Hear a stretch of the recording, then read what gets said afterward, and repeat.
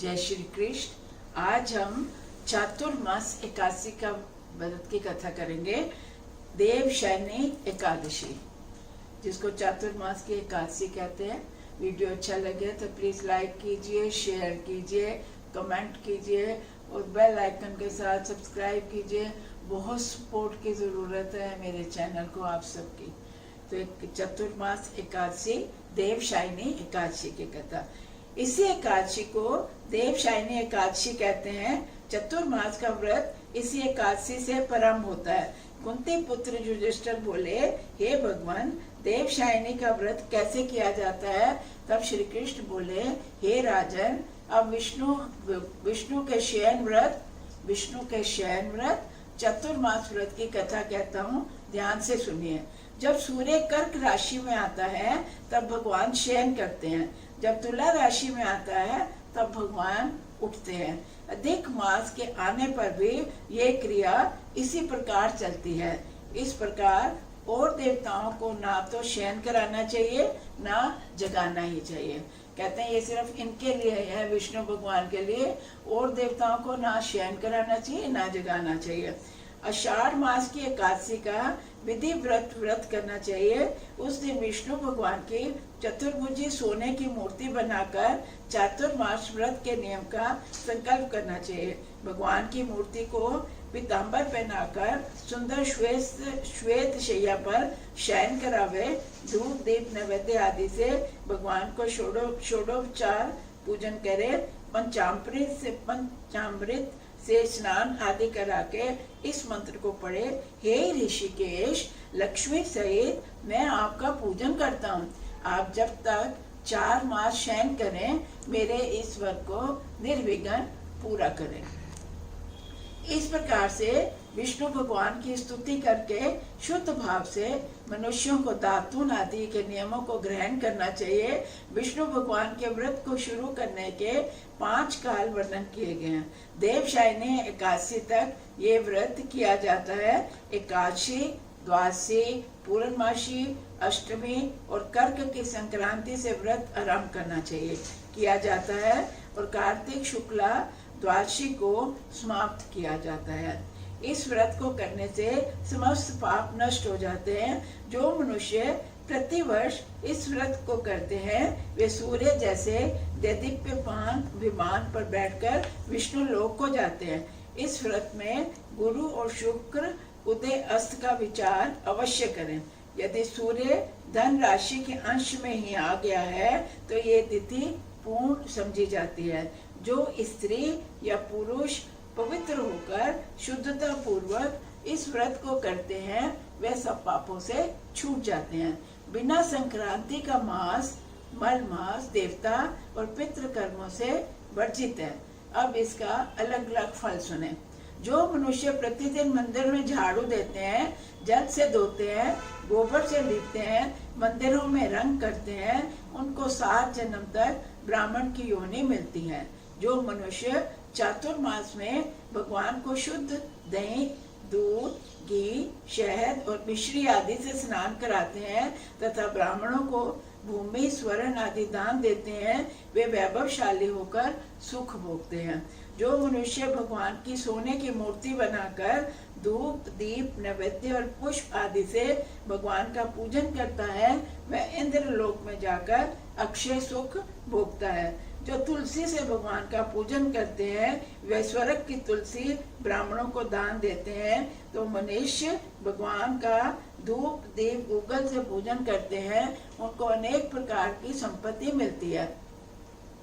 जो मनुष्य चातुर्मास में पीपल के वृक्ष तथा भगवान विष्णु की परिक्रमा और पूजा करते हैं, उनको विष्णु लोक की प्राप्ति होती है। जो संध्या समय देवताओं और ब्राह्मणों को दीपदान और हवन करते हैं, जो सुंदर विमान में बैठकर अप्सराओं से सेवित होते हैं, जो भगवान का चरणामृत लेते हैं, वे आवागमन से मुक्त हो जाते हैं। जो नित्य प्रति तीनों समय मंदिर में 108 बार गायत्री मंत्र का जाप करते हैं, वे पापों से कभी लिप्त नहीं होते। शास्त्र की पुस्तक दान दी जाती है। जो पुराण धर्म शास्त्र को पढ़ते और सुनाते हैं वे एवं वस्त्र और स्वर्ण आदि ब्राह्मणों को दान देते हैं, वे दानी, धनी, ज्ञानी और कीर्तिमान होते हैं। जो मनुष्य विष्णु भगवान अथवा शिव जी का स्मरण करके प्रार्थना करते हैं, वे पापों से रहित होकर धनवान, गुणवान हो जाते हैं। जो नित्य कर्म के पश्चात सूर्य को अर्घ देते हैं तथा व्रत की समाप्ति पर स्वर्ण, लाल वस्त्र, गोदान करते हैं, वे आरोग्यता, पूर्ण दीर्घायु तथा कीर्ति, धन, बल पाते हैं। चातुर्मास में जो मनुष्य गायत्री मंत्र द्वारा तिल से होम करते हैं और समाप्ति पर दान करते हैं, उनके समस्त पाप नाश हो जाते हैं और वह उनको निरोग शरीर मिलता है तथा सुपात्र संतान मिलती है। जो मनुष्य अन्न से हवन करते हैं और समाप्त हो जाने पर घी, घड़ा, वस्त्रों का दान देते हैं, वे ऐश्वर्यशाली होकर ब्रह्मा के समान भोग भोगते हैं और उनके पशुओं का नाश, शत्रुओं का नाश हो जाता है। जो पीपल का पूजन करते हैं तथा अंत में स्वर्ण सहित वस्त्रों का दान करते हैं, सब पापों से छूटकर भगवान के भक्त हो जाते हैं। जो मनुष्य तुलसी जी धारण करते हैं और अंत में भगवान विष्णु के निमित्त ब्राह्मणों को दान करते हैं, वे विष्णु लोक को प्राप्त होते हैं। जो मनुष्य चातुर्मास व्रत में भगवान के शयन के उपरांत उनके मस्तक पर नित्य प्रति दुर्वा चढ़ाते हैं और अंत में स्वर्ण की दुर्वा का दान करते हैं, वे वैकुंठ लोक को जाते हैं। और जो दान करते हुए इस प्रकार स्तुति करते हैं, हे दुर्वे, जिस भांति पृथ्वी पर शाखाओं सहित तुम फैली हुई हो, उसी प्रकार मुझे अजर अमर संतान दो। इस प्रकार स्तुति करके सोने की दुर्वा ब्राह्मण को दान कर दे। ऐसा करने वाले मनुष्य सब पापों से छूट जाते हैं और अंत में उनको स्वर्ग लोक की प्राप्ति होती है। जो मनुष्य विष्णु और शिव के मंदिर में जाकर रात्रि जागरण व गान करते हैं, वे भी स्वर्ग को प्राप्त होते हैं। जो चातुर्मास व्रत में उत्तम ध्वनि वाला घंटा दान करते हैं, उनको ये प्रार्थना करनी चाहिए, हे भगवान, हे जगतपते, आप पापों का नाश करने वाले हैं। आप मेरे करने योग्य कर्मों को और ना करने योग्य कर्मों के करने से जो पाप उत्पन्न होते हैं, उनको नष्ट कर दीजिए। व्रत की समाप्ति पर जो गायों का एक ही कपिला गोदान करके वस्त्र दान करते हैं अथवा जो नित्य प्रति ब्राह्मणों को नमस्कार करते हैं, वे धनी होते हैं, उनका जीवन सफल होता है, साथ ही समस्त पापों से छूट जाते हैं। चतुर्मास में जो ब्राह्मण को भोजन कराते हैं, उनकी आयु और लक्ष्मी की वृद्धि होती है। जो मनुष्य स्वर्ण का सूर्य बनाकर ब्राह्मण को दान देते हैं, उसका फल 100 यागों के समान होता है। जो शिव जी की प्रसन्नता के लिए चांदी या तांबा दान करते हैं, उनको पुत्र की प्राप्ति होती है। जो शहद युक्त तांबे के पात्र में गुड़ भरकर और शयन होने पर तिल, सोना, जूते का दान करते हैं, अन्न दान, वस्त्र दान देते हैं, वे अक्षय सुख को प्राप्त करके लक्ष्मीवान होते हैं। जो वर्षा ऋतु में गोपी चंदन दान करते हैं, वे भोग और मोक्ष को प्राप्त होते हैं। जो सूर्य और गणेश जी का पूजन करते हैं, वे उत्तम गति को प्राप्त होते हैं।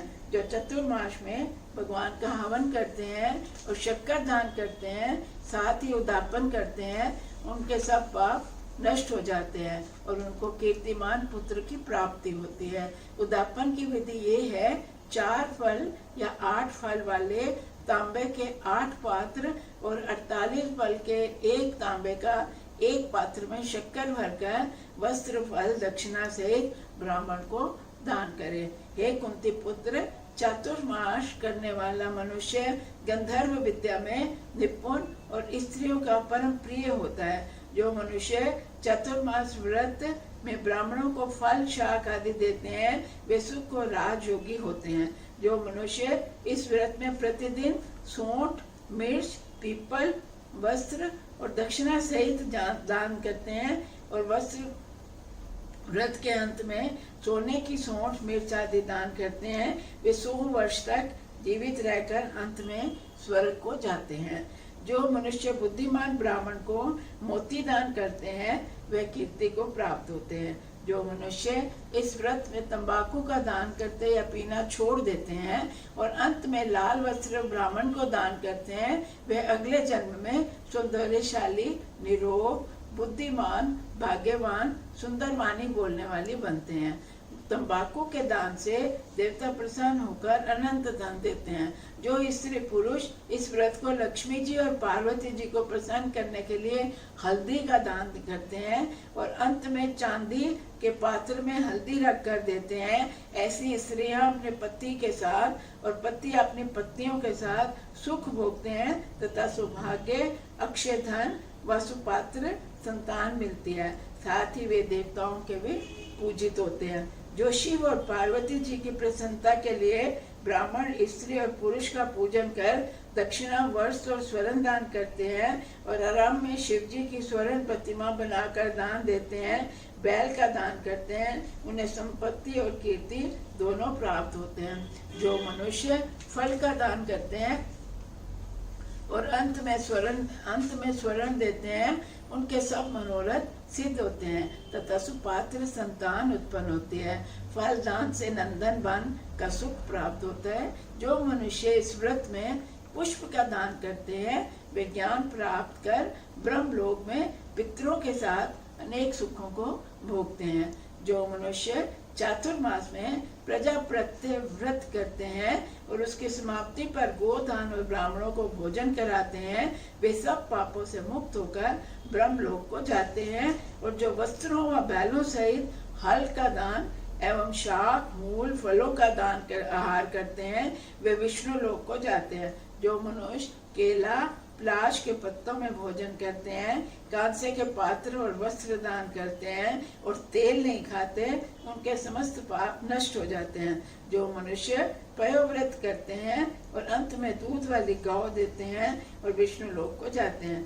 ब्रह्मघाती, बालघाती, सुरापान करने वाला, असत्य बोलने वाला, स्त्री घाती, तप में विघ्न डालने वाला, अगम्य से गमन करने वाला, विधवा का शील भंग करने वाला, ब्राह्मणी और चंडालनी के साथ भोग करने वाला भी चातुर्मास व्रत के प्रभाव से सब पापों से मुक्त हो जाता है। चातुर्मास व्रत के अंत में 64 पल कांसे का पात्र और वस्त्रों का आभूषण के साथ गौ और बछड़ा दान करते हैं। जो मनुष्य भूमि को गोबर से शुद्ध करके भगवान का स्मरण करते हैं, वे धार्मिक राजा होते हैं। उनकी संतान भी सुपात्र होती है, किसी शत्रु का भय नहीं होता उनको, और अंत में स्वर्ग लोक को जाते हैं। बैल का दान करने से षटरस भोजन मिलते हैं। चातुर्मास व्रत से जो नित्य प्रति जागरण करते हैं और अंत में ब्राह्मण को भोजन कराते हैं, उन्हें शिवलोक की प्राप्ति होती है। जो एक समय भोजन करते हैं, अंत में रहकर भूखे को भोजन दे, भक्ति पूर्वक भगवान के शयन करने के लिए भूमि पर सोते हैं, मैथुन नहीं करते, वे लोग यशस्वी लक्ष्मीवान होकर अंत में स्वर्ग को जाते हैं। जो सब परिवार चावल या जौ का भोजन करते हैं और तेल नहीं लगाते, अंत में कांसे और मिट्टी के पात्र में तेल भरकर दान करते हैं अथवा शाक नहीं खाते, अंत में चांदी के पात्र को वस्त्र से लपेटकर 10,000 शाकों से भरकर वेद पाठी ब्राह्मण को देते हैं। वे सब शिव लोक को जाकर कीर्ति को प्राप्त करते हैं। इस व्रत में जो इंद्रियों का दमन करता है, उसे अश्वमेध यज्ञ का फल प्राप्त होता है। श्रावण में शाक, भादों में दही, अश्विन में दूध, कार्तिक में दाल का त्याग करने वाले निरोग और स्वस्थ रहते हैं। जो मीठा, खट्टा, कड़वा पदार्थ देते हैं, वे समस्त दुर्गुणों से मुक्त हो जाते हैं। भगवान का स्मरण करने वाले स्वर्ग को जाते हैं। जो चंद्रायण आदि व्रत करते हैं और एकमात्र दूध का ही भोजन करते हैं, वे ब्रह्मलोक को जाते हैं। उनका वंश प्रलय काल तक रहता है। जिस दिन भगवान उठते हैं, सुपात्र ब्राह्मणों को वस्त्रों का दान और भोजन कराना चाहिए। कुपात्र को दान देने वाला लेने वाला दोनों ही नरगामी होते हैं। इस एकादशी से 4 महीने के लिए भगवान सो जाते हैं और कार्तिक मास की प्रबोधनी एकादशी वाले दिन उनको जगाया जाता है। जय श्री कृष्ण, जय श्री कृष्ण, जय श्री कृष्ण, जय श्री कृष्ण।